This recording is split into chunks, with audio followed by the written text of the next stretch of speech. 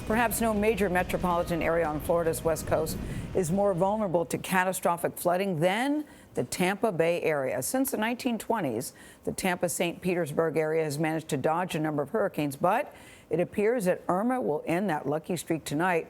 Winds are expected to top out at nearly 130 miles an hour, and the storm surge could reach 8 feet. David Begnaud is in Tampa right now with why the threat there is so great. David, good morning. Gayle, good morning. Knowing what's coming, it is spooky how quiet it is right now. Tampa hasn't been hit by a major hurricane in nearly 100 years, and a lot has changed since then, including the sea level. When we talk about the Tampa Bay area, we're talking about nearly 700 miles of coastline that is vulnerable to flooding. And as sea levels have risen, this area has become one of the most endangered coastal communities in the world. With Irma threatening to turn sun-drenched Tampa into a waterlogged nightmare, Ken Ward was scrambling to save his business on Saturday.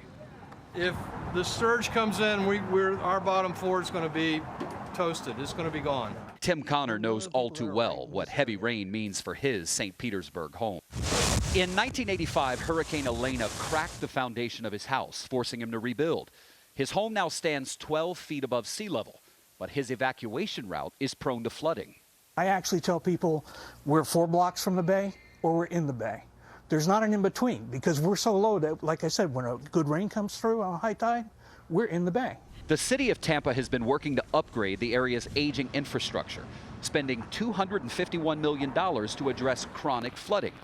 Scuba divers have even dredged debris out of pipes to ensure better water flow. We are challenged here in Tampa with our older system, and the topography that we have makes it very challenging for us to develop projects that are really impactful because of the low elevations we have and lots of rain that we have too. Another challenge is population growth. The number of people living in the Tampa Bay area has increased by more than 85,000 since 2000, with many people living along the coast.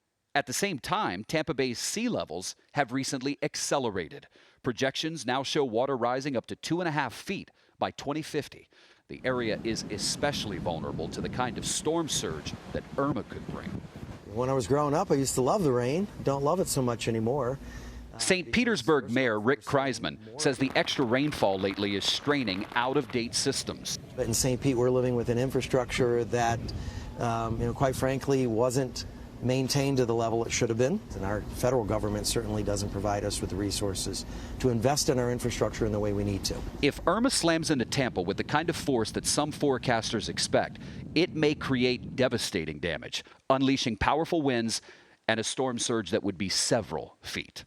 Think about that. The typical first story is 7 to 10 feet, 5 to 8 feet. This is a life-threatening situation. The mayor of St. Petersburg says previous administrations didn't take the threat of climate change seriously, kicked the can down the road, and now he says implementing the kind of changes they want to make will take years. We're alongside the Hillsborough River. Here is the grave concern as Irma moves in. The storm surge that's going to come in through Tampa Bay is going to hit this choke point. It's got nowhere to go, Charlie. So as the water starts to spread, I'm standing on what is essentially the road level. We could be swimming where I'm standing within the next 18 hours, and everything around here could be underwater. That's the expectation. David, thanks.